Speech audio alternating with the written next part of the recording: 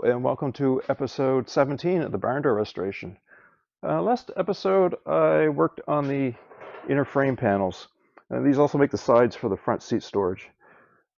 If you want to get caught up on the older videos, there's a link in the description to the playlist for this. This video we're going to cover the jack points. So the way these were set up is they had 4 jack points to each side, and the jack had a square bar that slid in, and then when you cranked it, it lifted the chassis. So the jack point was set up to support the weight of that point against the inner rocker, outrigger, and top hat, and also they welded up to the floor. Now these jack points were pretty much the same through the years. The early 50, 51, I'm not sure where it changed. The locations moved a bit, but from at least late 52 up, they were the same. Although the jack point itself, the shape, they added a bulge in it here on each side, around 65, I believe. So these jack points are kind of a complex shape, and I was a bit worried when I started this. I originally planned to buy jack points, and one of the things I was planning on buying, I was going to try and build as much as I could. But then I thought about it. I thought, well, it's actually not that bad, and it actually worked out really easy. So the main part of the jack point, this metal, is about 2 millimeter. So I used 14 gauge, it's pretty close. The back flange is about 1.5 millimeters, so I used 16 gauge for that. And then there's a plate that welds in between here that supports the jack, and that was 3 millimeter thick. So in order to get to cut out the proper shape, I actually measured this up, and in CAD using sheet metal tools, I was able to model this. That allowed me to make a flat pattern, so I could print out, transfer to the metal, and that way I get the correct shapes cut out. So that actually worked out quite well. Now the biggest issue with the bending is there's an offset bend here, where it goes from the width of the jack point out large enough to go over the outriggers. And that offsets 5.5 millimeters offset on each side.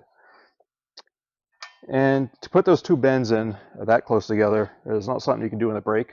At least it's very difficult. So I decided to make a press for it.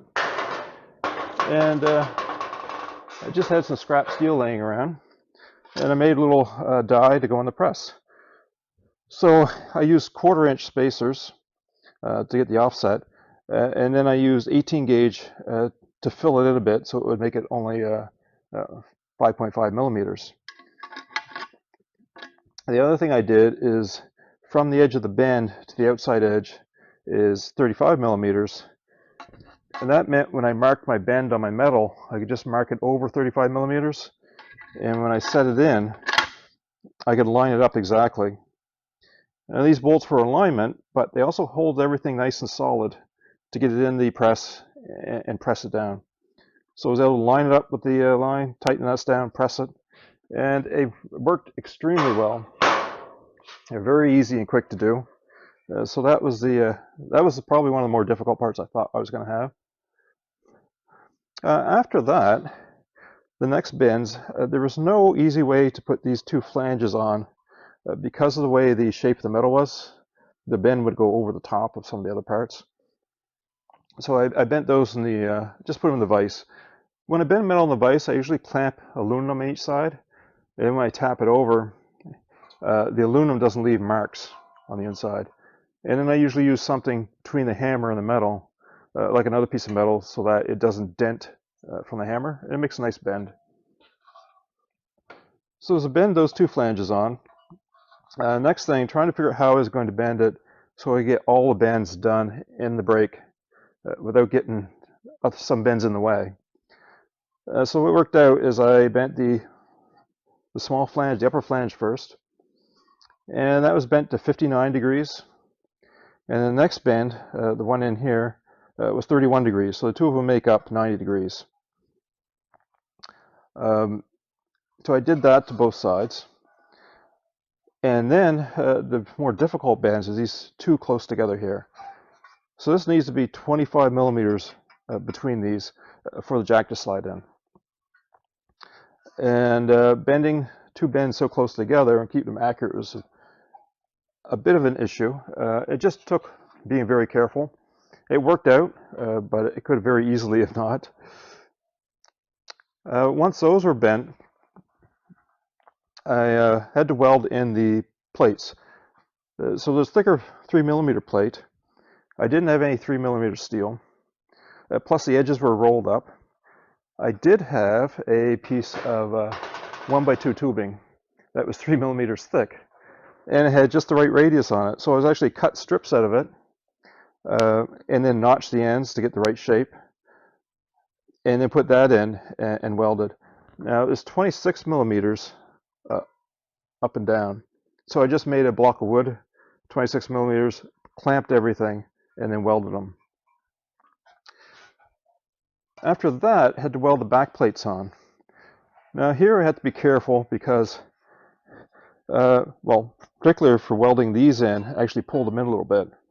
So I wanted to make sure there was enough room for the outrigger to slide up in the wider part.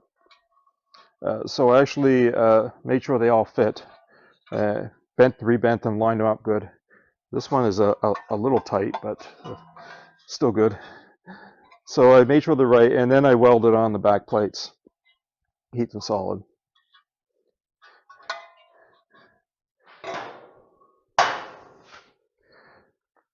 So the other thing is the front outriggers are basically only have half the flange that goes to the floor, and that's because they set on the front, and the front tire opening is here, so they only go under half the floor. So there's a left or right in the front. The two rear runs are the same. So that's that. I got the 4 jack points built. I'm quite happy with them. They come out looking very original.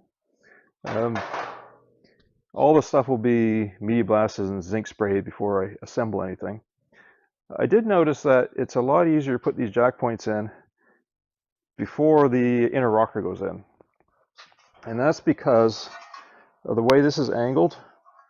And this panel goes through 2 slots in the outrigger and the top hat. So in order to put it in, it's very difficult to get this through the slot and up in place. They're pretty tight. It can be done, but it's a lot easier if these go into place. So I slide them in and then clamp the rocker on. So I may do that when I assemble the whole thing. Last episode I mentioned I still didn't know about the drain holes in the outriggers and the cross members. So I did confirm that from at least late 52, they have 8 millimeter drain holes in the bottom of the outriggers, and there's 10 millimeter drain holes in the bottom of the 2 cross members. So I'm not sure where they started, but I know that late 52 has them, and that's the same size as later splits, the post Barndoor splits. So that's one mystery solved. So I guess that's about all I want to talk about in this video. Next video, I'm not really sure what I'm going to do. I need to get this bottom for the storage area done, but that's a lot of work. I also have some structure in the front that needs to be built. I guess I'll decide on what I'm going to do depending on the weather. I'm also going to be doing some traveling in the bus for a few weeks, so it'll probably be 3 or 4 weeks before the next episode. So I guess that's about it. Thanks for the comments, appreciate them, and thanks for watching.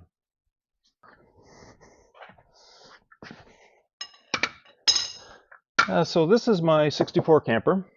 I did a full rotisserie restoration on this 2016. Since then we put about 15,000 miles on it. The jack point is actually original to this bus. Now this is the correct jack for a 64. So it has this cast piece that slides in the jack point. So that just slides in. There's a rubber stopper that keeps it from scratching your paint. And then you just spin the nut up to bring it up the threaded rod. Now this is a 19 millimeter nut, same as the wheel nuts. I don't have an original wheel wrench, so I just use this breaker bar, which I carry with me. So that's it. That's a pretty simple setup.